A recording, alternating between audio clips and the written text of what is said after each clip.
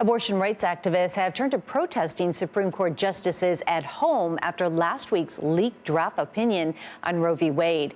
Advocates held a rally Sunday outside the house of Justice Brett Kavanaugh in Chevy Chase, Maryland. The leaked decision shows the court is likely to overturn the 1973 case that established abortion rights nationwide. New CBS News polling shows a large majority of Americans disagree with that move. The survey finds 64% of Americans believe the Supreme Court should keep Roe v. Wade in place. CBS News political contributor Joel Payne joins us now. Joel, thanks for giving us some of your time on a Sunday. Let's dig a little deeper into this poll. It shows 76% of Democrats would oppose a federal law making abortion illegal, and barely half of Republicans are in favor of such a law. As a strategist, do you think this is a losing subject for Republicans? Well, as a strategist, sure. I think the politics the Republicans are on the wrong side of. However, right now, they control the levers of power, and the levers of power that they are controlling, they are mobilizing, and they have been, really, if you go back the last 2 decades to get to this moment where they can take a minority opinion, which is their opinion on abortion, and impose it upon the rest of the country. I think it's a bad place to be politically for Republicans, but in the short term, it is a worse place for women in this country who believe deeply in this right to reproductive rights. So we're in an interesting moment here. I can tell you as a strategist, I certainly look at the politics of this, but as a human, I just look at the humanity of it. And I think that this is an untenable situation for a lot of women in this country.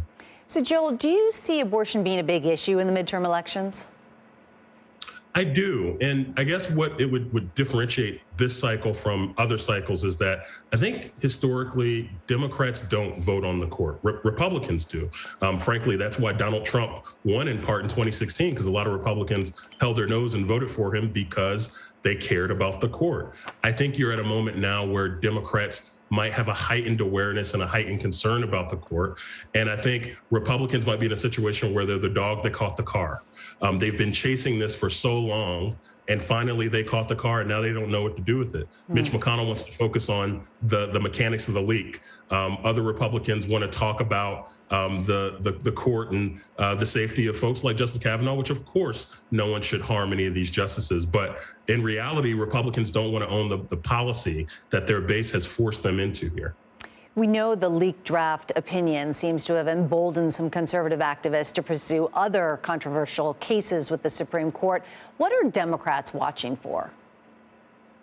I think Democrats are watching for the overreach. And by the way, I think in politics, that happens a lot, right? Where you have one side that, Republicans have been chipping away at women's reproductive rights for a long time. You go back to the Casey case. You go back, obviously, to a lot of intermediate cases between 1973 when Roe was decided and now. You've had a lot of incremental steps to restrict abortion rights.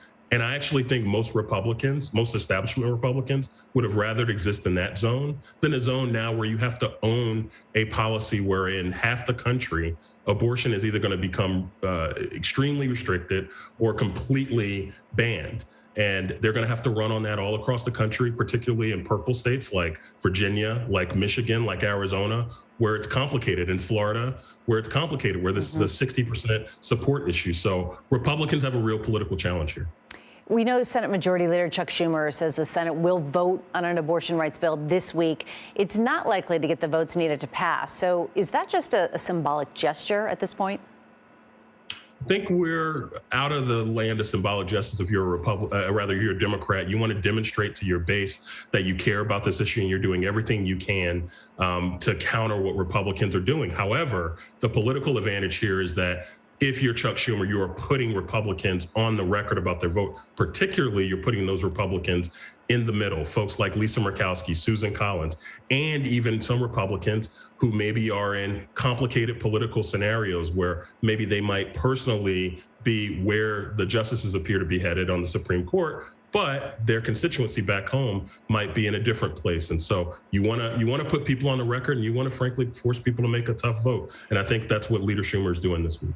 And Joel, what do you make of Republicans focusing on the leaked draft opinion rather than the issue of abortion itself?